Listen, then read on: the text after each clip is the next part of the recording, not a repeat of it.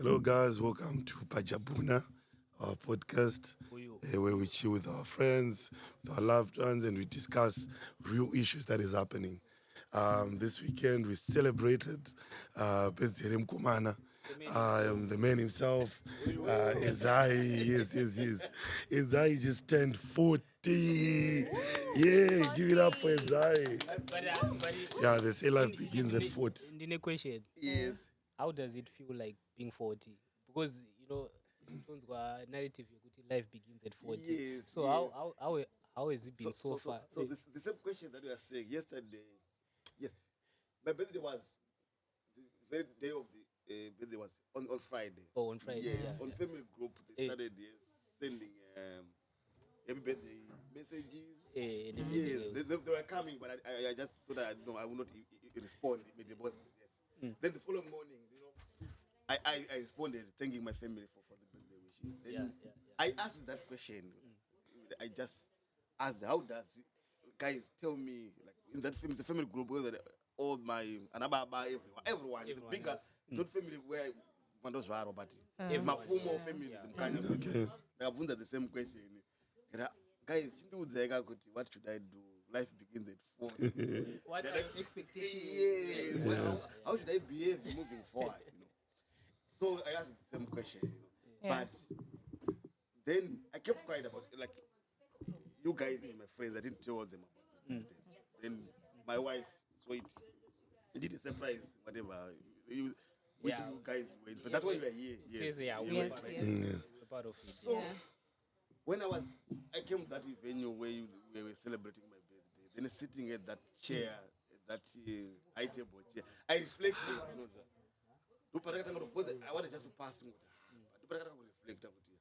At 40, at 40 you reflect the successes and like the life experiences that you've gone through. You want to appreciate that. Even but you are whenever tisina at 40, my friends, it feels. For me, it feels like we are now reliving life. Like Yeah. we are living the same experience that we were going through. But there'll be something new. You're learning new things. Exactly. Yeah. So even you guys, TK, when I was asking you about how old are you, did I go gauge? At 40, at 20. What are the expectations? Yes. Yeah, that's Exactly. Yeah. It feels good. It feels a lot. You're now reliving life. What you don't know, Chetty, like other different areas, maybe whatever. But this you go to social or whatever. You better to own at that age, because at that age, I don't want to say, no pandai funga kuti dada kurora. 20 something. Mabteta judgmental. You're being judgmental. Everything. Like if you come Ndakambozwa. Yeah. And you've experienced. You've been there, done that, been there. Yeah. So thanks for the birthday surprise. Yes, there is that talk. What do you? But the guys don't reflect more on that. But yes. Then also it sets my priorities now in life. Yeah, true. Yeah, it was. What is life? But also now not udengo ka pressure. Udengo kutango urumashire mengu wafuti in terms of other achievements. Aunengo usatu waita. Okay. Sakanda ni pressure. All those things. Acquiring, unotongo wakuta mge foot the other side. Wakutango wakuta the other last half of like yes. Kuzana tulikushika nechichi but utongo Yeah. I feeling It's a new race. Well, we've started a new journey. Yeah. But in terms of my achievements, do you think with my achievements are mighty so far? I know you're here, but Mr. Samuno maybe I 40, I got in a 40 as well yesterday. At Zimbabwe or any other African country. But yeah, Shakafanana let here. It's me more. counter that. Ndakaona a documentary on YouTube which compare a 25-year-old in Africa, in Asia, in Europe, and in America. So being in Africa, takagara takatongosara kudhaya. Yeah. But Yeah. Kusara Takagara kwedu. in terms of like munhu ari kutombori munhu ari kuamerica or in Europe vagara vari in their country achitongopedza college achitongoona basa in their first year akutotora probably mortgage anemba At 25, 26. The system is okay. The It system, allows them the to system do all did this. not allow us that.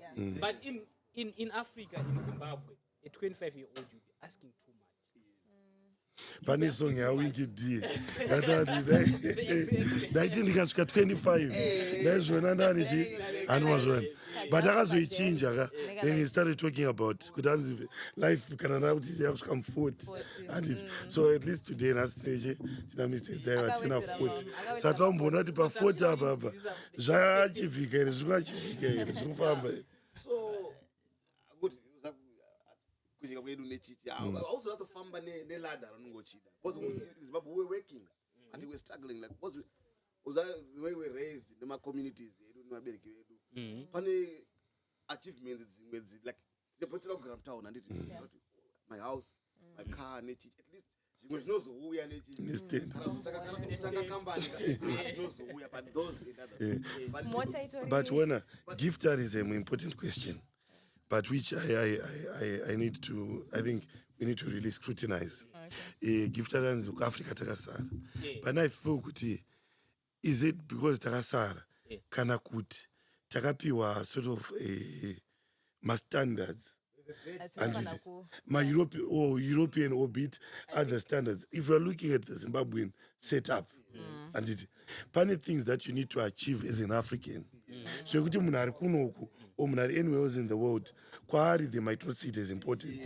So I don't think we can really compare 25-year-old like in your documentary ari kuAsia because kuAsia at 5 years old pamatogadzira matoys in Africa at 5 years old wakwanisa kutinha mombe kuti shamwari famba apa so my milestones my achievements maybe I think they differ in context. Yes. Yeah, which is it's just a school of thought. Which is true, but ndopa izobuda, the notion yekuti Africa tine takasara. We are a bit behind. Atizi, I want Uramba, we are not backward. No one can define. Globalization. We are now coming as one. Rather than not one. No, my point. What's an interesting conversation here? We are agreeing kuti standard instrument that measure narabari. But where's the capacity? Context based. It should be context based. No, explanation we can't use 1 year. It's fine. It can't. But due to globalization. What is your Globalization. We are now coming in a context yekuti takukombea on a global level Scale, right? on a global Yes. scale Okay. because nenyaya ye communication has improved nenyaya social media news ndakutoziva zviri kuitika kuburkina faso now ndakutoziva zviri kuitika kuindia ndakuziva zviri kuitika kuamerica so we try to compare ourselves patiri the global standard yakasetwa. All right. But I want us to redefine. Tell them the guys. Let's I think parakunzi alright. Pane certain expectation. It is standard. whose expectations are we trying to meet? Because I've always thought, I think in India, I've been lucky enough to travel in China, but now without even concepted development. It varies from place to place. And like if we have one scale, and we can't scale it. Turns out nekuti munhu ari kuFrance adaiso or ari kuChina adaiso. Even in their context, they are making it. In Zimbabwe, you're making it in that context, which is okay. And no one can say you're not making it. But Inzwa, what percentage of Zimbabweans are able to achieve a certain milestones? Which milestones? Yes, thank you. Which milestones? Inzwa, of course, when I graduate, and I'm expected to probably 25, 26, 27, I have a job. And exactly. Whose expectations are those? Because who graduated at 25, because what we should be advocating for is an environment conducive for growth. Because as it stands, yes, we've got our own problems, our own share of problems in them. But we also have our own successes. We have people who are making it. But Vangani, takuona 100% of the population.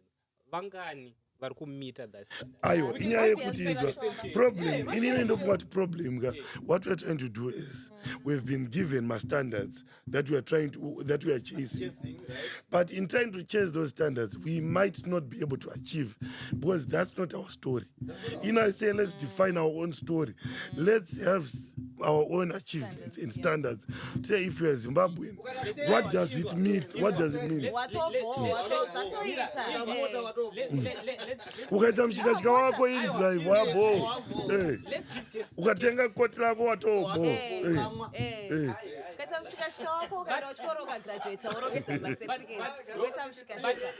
But is it the standard? ayo Is it the standard? isisi nyanga iripo notichada ngoti let's define and let's not use other people's standards so that But expectation, no man. Access to information. To everything. I was talking to someone. One of the akauya ku birthday. Didn't play the music that day. Some music and that mazono chicha. Also one of the indicators hitting for teacher. My old school. Why you system tazida now I have access to internet. Because I'm going to search music. There was moment I couldn't do that. I got to music. We could trend about why Jaru pizza. Don't go on about to do it now. You're phone.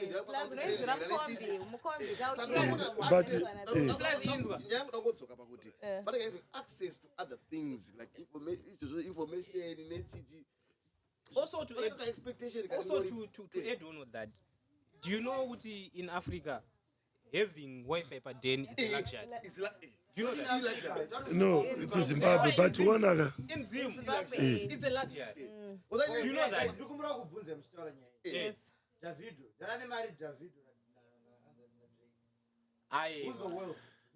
you're not going out of topic. No. I think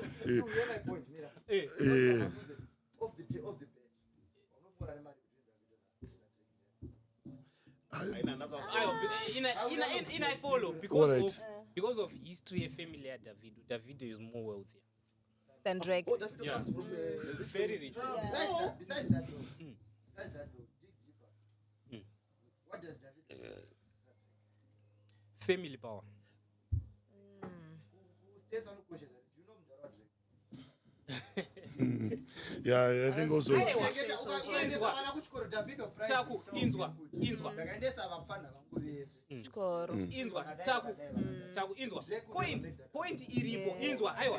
point iripo in Africa. Percentage yet that population ingani. How many people make it out of 100? Unogona 5 chete. ayo ukona gift issue iripo isisu point yatala drive home from the very first was let's define our own success or what we call success. Let's define our own achievements. We are not saying kuti zvinhu zvakanaka zvakanakira munhu ari paground ari kuZimbabwe handiti vari pano zvitori bo but inini ndiri kuti but the standards that we are measuring success they are not our standards. So why are we all here? Why are we all here? ayo inini ayo ina handisa zvimusangano tichi but Why are we all here? because kona tichi problem iripo ndeyoti what people have done or what my Western countries have done is they've presented this picture yekuti you think with everything is rosy uchongoburuka pana paipoti utonhonga mari uchodii handiti but hazvisiri izvo.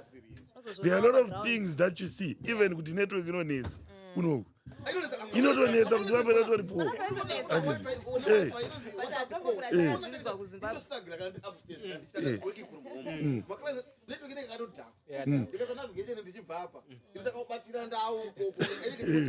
and you think kuti hakuna mapotholes. Yeah. You would think with the service delivery is perfect. As it tops, one bring a footy, reflecting now. Like, Taka Vakuti, but you know that Wakunoku, parents appreciate a big work. Yes. You were talking about It can be it does not. After that, I want to ask you all my questions. So Yes. to another different conversation to try directions up and down with could cannot whatever, let's define. I agree in this context here in Zimbabwe. It fought what I say or having a car, having a plane, whatever. Then another things numbers. As what are my challenges? Other things that we are good at. Exactly. vanotoshandiswa kuti takabvire kuzimbabwe vakatouya kuzimbabwe Wait, I want to ask you questions. Tese panapa tine ma-time skills akasiyana tamuno. Yeah. Vamwe, you guys probably have 2-3 years. Tine probably my months. Mese, I want to bring this question. Versus your expectations awangaonayo before coming here and what is on the ground. What do you rate? I think ndo panataura kuti Maybe probably tell pane me your perception. expectations. Do not pane chinhu chinonzi perception. When you are given a perception, you would think kuti zanachitangura zvezvoti you would think kuti usvika chinonga mari, you would think kuti inini ndatobva maybe automboone kana minda chii. Do you know kuti ndichisvika ndakachamuzika ko kune minda ko kune mombe ko kune chii ende kuno rimwe asingaite. But what I think is our leaders should create an environment yekuti we thrive. We have my resources, we have land. Pane that guy anonzi Traore anditi the Captain Traore anditi. Well, from what I have read and what I have been seeing from my videos, it seems that he's trying to redefine what it calls to be an African. And those people have had issues. They know very well as Africans, the moment you're going to you achieve a lot. Is true. Kurubasa mkangweta kakokas get my grammar 3-4 manager ntuya. You guys why are you sitting like and the same murutara shona. But you can what I think they make a deliberate effort. You to miss around. And it got in this way. I'll pick on. So now they know very well the moment we're united. Problem on the sometimes our leaders and mentality you avana let's build our people. Let's make sure we equip our people and give them the resources. Our leaders vano create yekuti unogona kuvenga nyika yako. They create that environment through whatever they say and they do. But they need to create not the roles coming back in yako. My challenge but vaneka even the political leadership yacho in my interest to create a conducive environment. Whatever you are doing, you are working, you save your money, everything. The right things yet will not thrive. But those conditions, that's big woman, hakuna much. And also, Oshanda save mari yako, munhu mkamangano da mari yako yotakada umboitiva. Skiro ndakasaka naro baba. Yono sizatambo.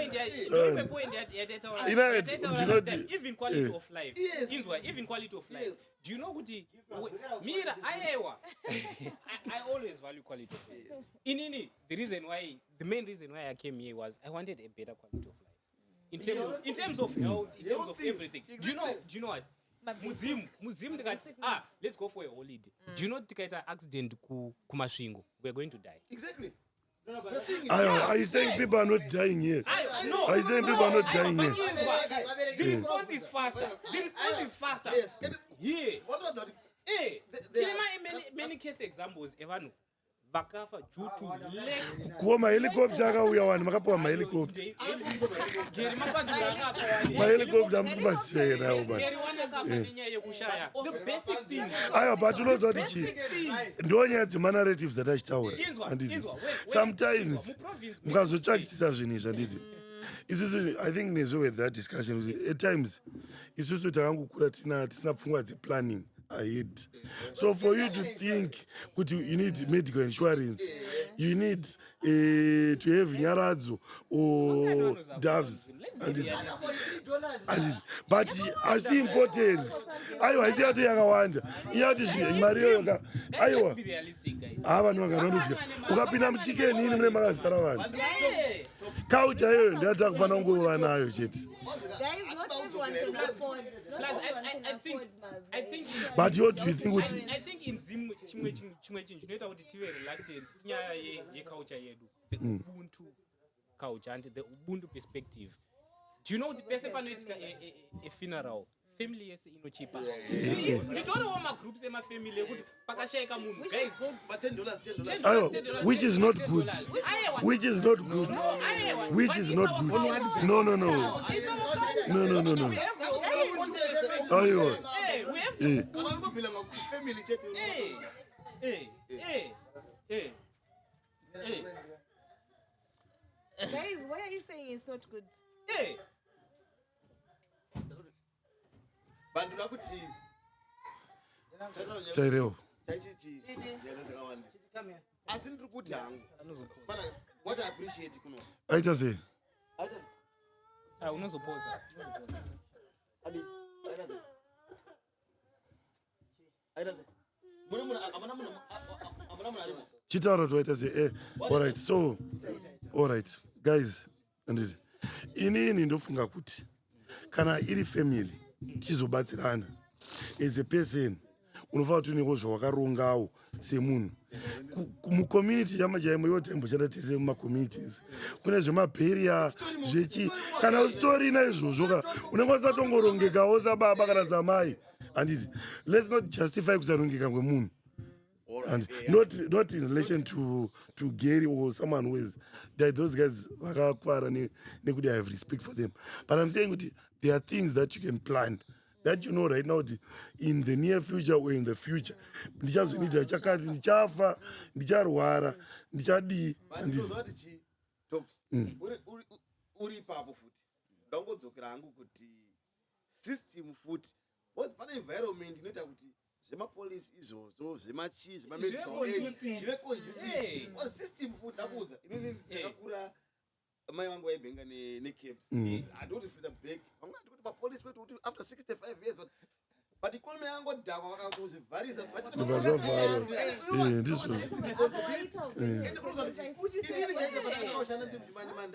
ucbz kuti after chakuti mapolisi but system yedu no one protects you. The system enforcement laws.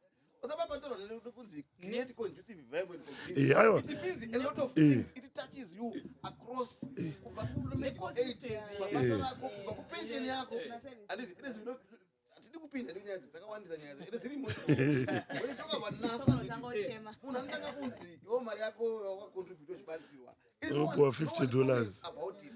And who is supposed to protect you with this like whatever government unofanira kuenda measures ekuti all these things not in place vanhu vana confidence nazo izvo that's why vachizotitiza. We have been joined by Terence guys.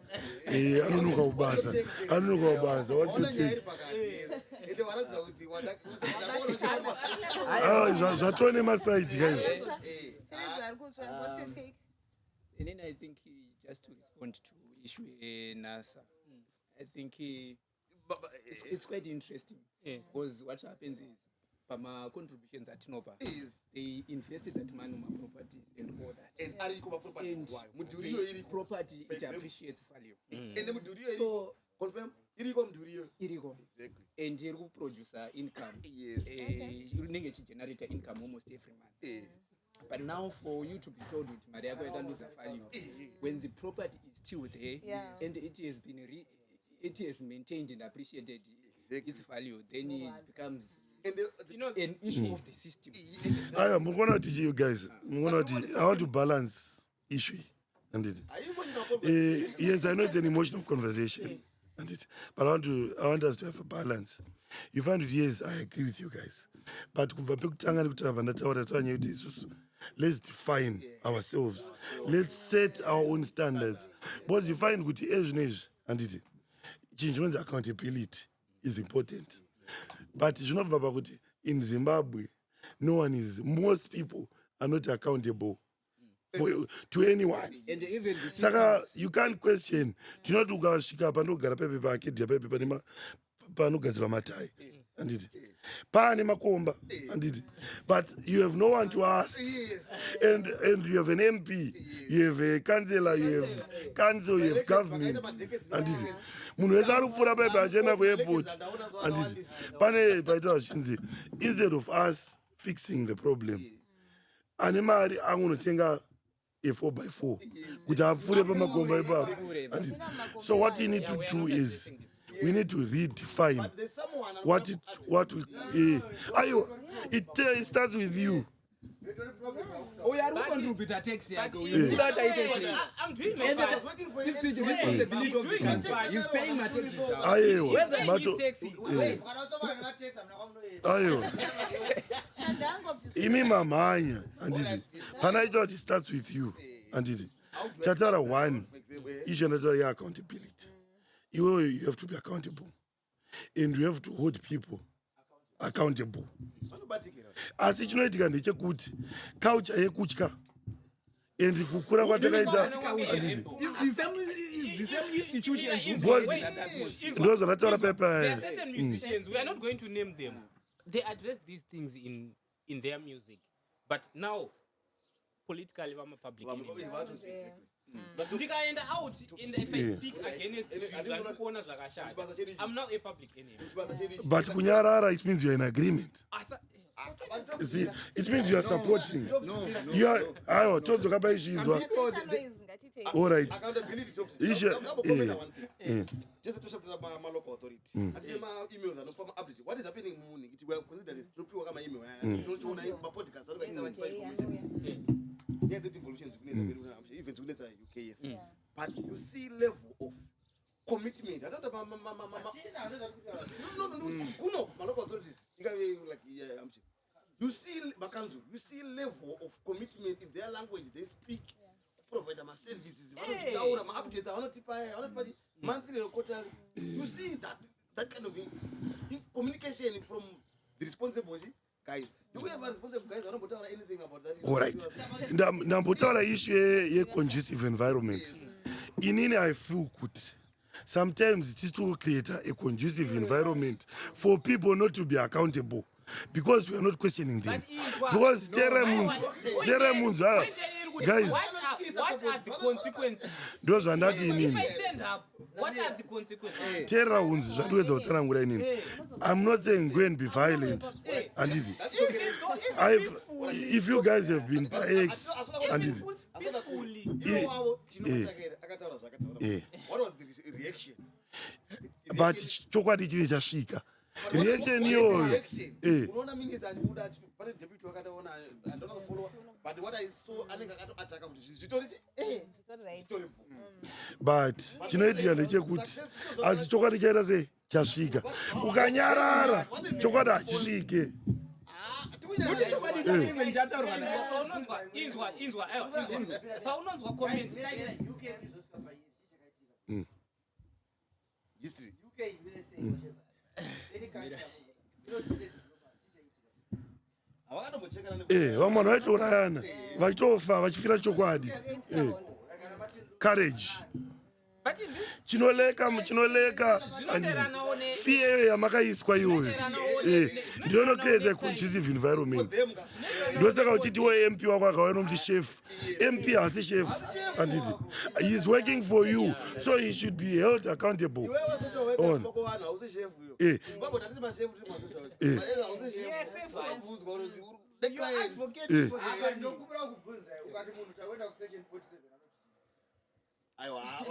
vanoziva aiwa anocomplia but ndinongopa hangu kuti at least yeah but accountability hatina excuse for that but watobatika vanhu ivavo I know what I know is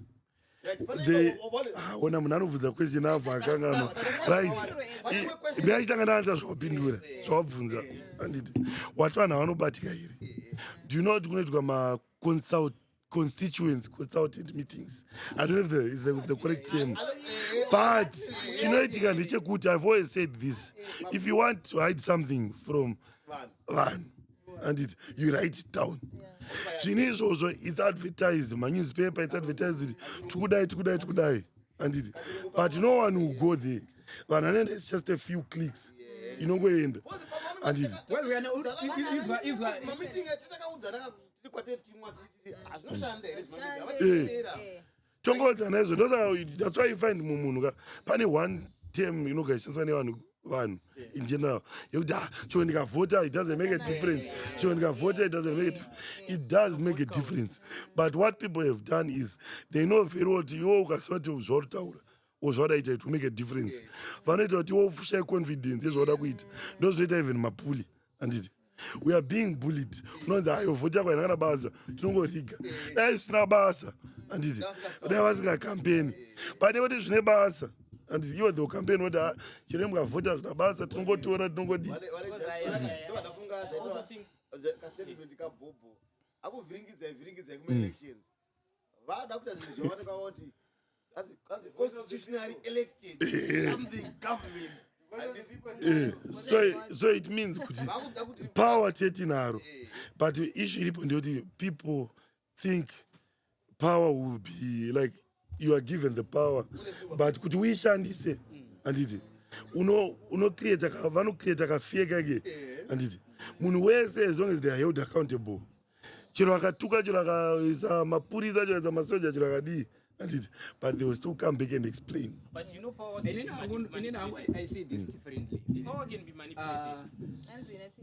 Inini maonero andozvita ndononge I think earlier on tamotaura nyaya yekuti munhu unoseta mastandards ako.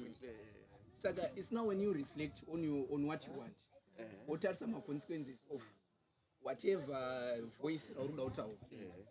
If that poses some risks to you, you choose not to because you know what you need to achieve. So I'm not the one who's supposed to create that environment. It's the systems, the people that we were put in office. Who is the system? Who is the system? The people. You are the system, yes. That's why I would have done my part. Let's hold each other accountable. Kukanganisa iyoyo kufunga kuti vanhu vatukisa position are the ones who are system. We have to We put the system. No. Part of us putting them into Right now, part of us we are also participating into making that system to work. But if someone doesn't do what they are supposed to do, they should be held accountable. but when I guys, and it's not 2000 but after town, but this has been real. But not mbona something, and it. Do you not easy? 2030 agenda is a constitution, but there are clauses in the constitution. I know Rambizas that constitution it was put by the people. Dijo. Vanhu vagara pasi vakaita maconsultants vati no isu zatide life president toda tipate mapresidential term akareba so chichichichi handiti chero zvikazoti yamutiletwa yadii handiti vanhu vese vanozva chokwadi and iwo unazosiva kuti this is not legitimate up to now ndosazvunitsa ndosaka ndatora nyaya yekuti people power but chinoitika ndechoti inini ngada kutsikirirai ndoita kuti iwo ufunga kuti hauna simba musi wachanhunga bofu dombo handiti rinokukuvadza. You know, power can be manipulated easily. Tsitsingamboto. You need to hear your thoughts. What are your thoughts? And I think we should stand up for ourselves. Like when we're in Zimbabwe. Isuzu apana, you know, home is always best. Kuno kuti rivatorwa Given the choice, I would want to prosper in my home. Instead you know, but we're happy people back home. So I think tika and this is, I think it's gonna take ages to be safe to express my feelings kana kuripinda mu road topinda mu road. I know Geza has been trying what Geza didn't try anything. Geza didn't try anything. He wanted to eat. He wanted to eat. He wanted to eat, of course. I don't go any agenda but I think tikakwanisa kubvisa kutya so expressa kana kuri kupinda mroads ngati macheitudzana kuti guys izvatisifara nazvo tofanira like communicate nevanhu ava zondozvikuitika vanenge vachizondozvikuitika but kutya kuti fair enough. so I think it's gonna take because takaiswa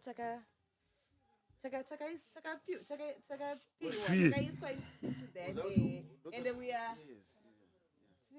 takavharirwa imomo saka it's gonna take ages kuti tikwanise kuzosvinura kuti onoti panapa guys But I also think not kuexpressa marights edu not only Zimbabwe, but I think our continent is influenced by either the west or the east. But parizwa pane imwe nyaya yarizwa yatisikafanira kusiyachienda yagiza nyaya yagiza yarizwa aiwa it's something chokutika it's an event very critical in our history anditi yekuti ida kunyatsotarisiswa kuti was he doing it for the people or he was doing it for himself.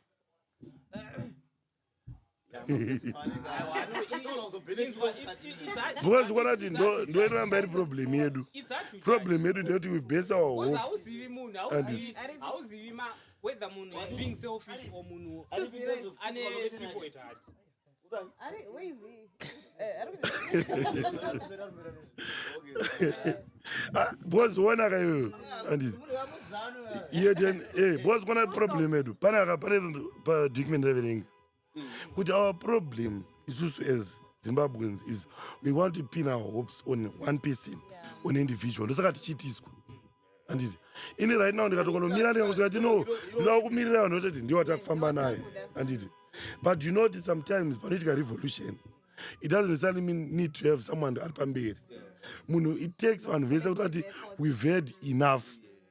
Kachizosarudza munhu after the revolution. Because I remember Nelson Chamisa, I respect that guy. Anditi. But when I say, kwadi kuti vanhu vapine munhu wati adi kumira amira kudaro pinzwa mujeri vanhu zofara toenda kutwitter free Nelson Chamisa free Blessed Mhlanga ivo pakataedza geza achidedzera zvakatanga kudedzera vakatanga kuti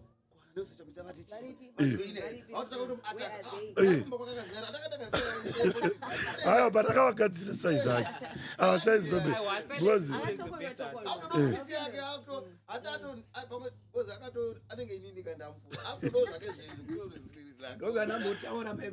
in the end munhu unototarisa kuti unopinda mufuti uchiita izvozvo zvekuti system it comes back to you as an individual. Ikoko kuzimu ikoko there are people who are making it. Of course there are people who are making it. Of course. Saka I think in as much as to celebrate our 40th birthday, in the end, kosha reflector on is what have I accomplished. Yes, what it comes as an individual. But tukuti suzuka. Even we understand that we operate in an environment. Yeah. Sometimes an environment even is right. You have to do something. Yes. What don't science kupinda mfuti.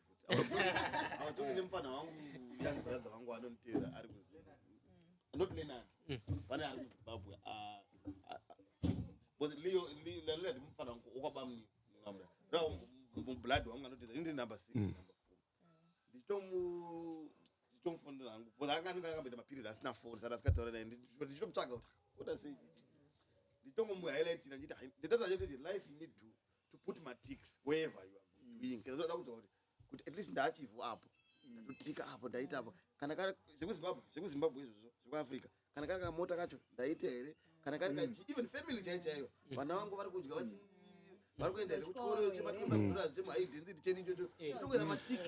but guys, let it be balanced. I appreciate what you guys have said. But often I want to pose a question.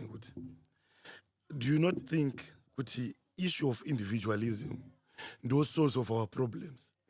Why? Because iwewe kana wadya nevana vako wakwanisa kutenga mota hausina basa zvimwe zvese zviri around unoona chitobvu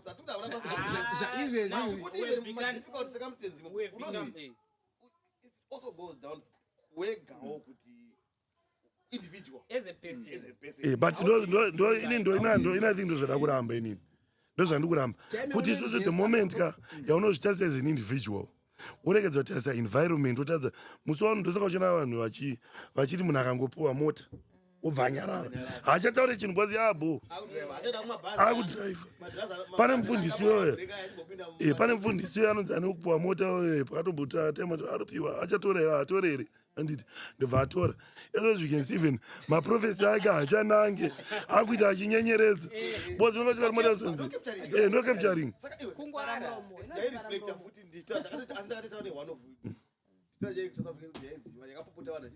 Gupta's capturing. I think it's about a team Katsataisa. Capturing. I think that is what is happening. Boys, one one's I will tell you was influence. But Tonoti, Ukabata or Bata Magets. What about my gates? I'll tell you. Bozi, Chero, Uroza Sweat Coca Chimney. Mafumo. Don't go for 100,000.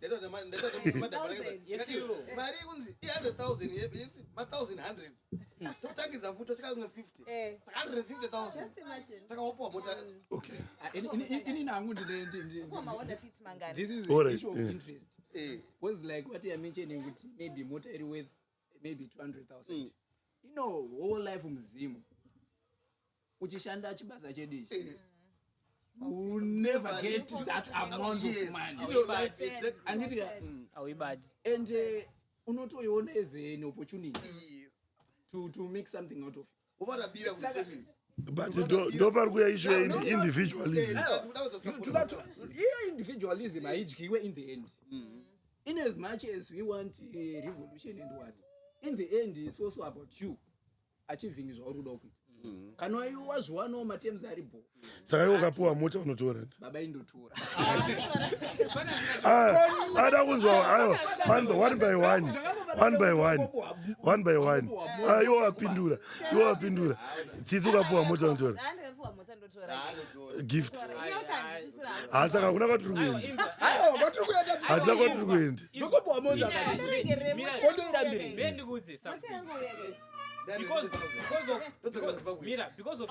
because of experience and because of what we saw nenyaya the revolution, we are never getting anywhere.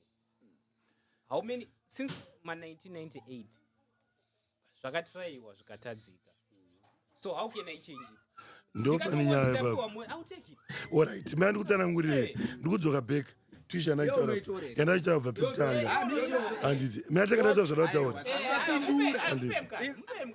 ayo pandikupindura ndo pandichasvika pakuzopindura mubvunzo wacho handiti ndikuti inini iwo tanya kuti revolution yakatanga zvichiramba zvidii pane something yatofanira tanga takaadresa izvo yekuti patichafunga kuita revolution, patichafunga kuita change, why are we making the change? Who are we making the change for? Ndozvimwe zvakakosha. Inini I'm an individual, anditi ndiri an individual, ndoda freedom yangu yekuti handikwanise ku I've had pantime yambota life yekuti foni ikaringa unovhunduka. Do you know kuti kana da kuva muranda in life, anditi piwa chini munhu akataka kutengera doro angokuti handei unoenda unonga uchaita sei, anditi so the reason andorambira mota aizinya kuti mira, the reason andorambira mota aizinya kuti handidi, anditi mota ndinoida asi ndinoziva ma-consequences aripo after getting the car. We have a lot of people, like I said, who were kind of vocal, but soon after they got cars, even my jokes anenge vakuita kana chi zvakasenzeka so on chero pakataura zvemunhu uyo akamupa mota havachaseka stereki vodzinga chikatofuna makangana kuti mota atikona saka inini that freedom ndo yandichiri kuda. That's why ndichizoti nguva I would rather not get the car. I would rather just go nekasikoro kangu kana kutopinda mbhazi but ndichifara. Vagara vatodriva kudhara vanhu ivavo vari kunyaradzwa do away with the car uramba kuchidriva at some extent. And that's the only reason yandisingati chese yandisingatorere mota kutora kuida nendichida, but like I said kuti unofanira kutaridza zviri kumberi. If you listen to song yani yawingi dia anditi anotaura maissues wayo kuti paunogamuchira zvinouya consequences. On. Those vangifana sometimes even imari yekuromba ye. Unotadza dzimwe nguva unotadza kana kurara unotadza kudi soka happiness hanzi nebible also I have to quote the bible up hanzi makombora anobva kuna Mwari he adds no sorrows to it on trust me guys imanyu munotora bhanda kudzi kuti the sorrows also what come I hope ndakuparidzira ivesi pane zvinhu zvasina kutaura papamati 10 14 echiti reflection in the changing of lifestyle like including unenge wakuda kutanga wakuda unopedzera wakuti more spiritual kana wanga wasiri more spiritual valuing family ndakuedera pamadibvunza nyaya yefoti valuing family all those things wakuzvipractice wamwe nditsika pawati alright yes yes nyaya yebhayibheri nechisi reflection mamwe kuti if I wasn't strong saka ndaibva reflect tikura kumusha kuti zvinodhara zvekuti mavillage ukagara nacho pasaidi chaita chingota chingokuparidzira like basically I think the door munhu wakusvika kumakore iwayo I think ndo dzangokomva unenge wakutyisika zvakanaka. So guys, we should conclude now. What are some reflections in this whole discussion that I did? What are we saying? Reflection yandaita hangu jokes ati development context but tine a lot atina hedu chekumeshina chacho chataimesha nacho amati achingokandika wanda Let's define ourselves. kumba kwedu tine zvakawanda zvekuita Change our mindset. It's contextual. ngatipoitaiwo kuti vanhu vawane mvura ichiorana vatevawana vanhepfu leti zvimwe zvinozotangira ipapo zvemapolisi zvakutaura zvinozokuita into shape zvega zvinongoita fall into place zvega And let's not wait for Ningi kuti Ningi ndiye achatitungamira kuti tiwane change. Let us be the change. Yes, I agree. In a valuable discussion. Yeah, I paid. We spend all day. I just want to comment something. I'd want to comment something. I think for me, the biggest reflection is that you should know what you want in life. yes And that's the reason why we even have the opportunity to vote for the people what know that so if their ideology it's my ideology, it's my view, and it's my right. yes So even when I criticize or whatever, I would have chosen that, and that works for me. And it can. Saka in nangu the biggest thing is ngashande kuti munhu azviitire zvinhu zvake. As long as zvako zviri kuita, it's fine. In as much as I also agree to what Mafumo mentioned, the basic should be there. yes But if the system is not enabling for me to get the basic, then I have to find a way to make it work. Yeah, that's true. In any, my reflection is it differs ne individual, it differs ne environment, it differs ne location yemunhu. Do you know what right now ndikaenda kugokwe ndikanovhunza munhu what is self actualization to you? yes They will say kuti ndikaita kamuta kangu kasikoro kangu Kana kuita mombe hadzi. Ndikaita mombe hadzi ka mombe 50 you consider yourself rich. Ndikauya to a professional like us, what's your expectations? Like what's self actualization to you? I want to have properties, I want to have cars, I want to go to I want to go to holidays. Ndikuda family yangu ive access to quality of life. yes Ndikaendawo kuna probably Bill Gates, self actualization definition yake yakatosiyana kuti I want to be the richest man in the world. So like you said, it differs in context, it differs in location, it differs in moon. You as an individual. asi ndoda kudzoka futi Aiwa. Guys. I think we have a reflection from Titi. Then I close. But I know we will continue and continue. If I don't stop this right now, we will not stop. That was the first greater reflection one. Oh, you're the first to do a reflection.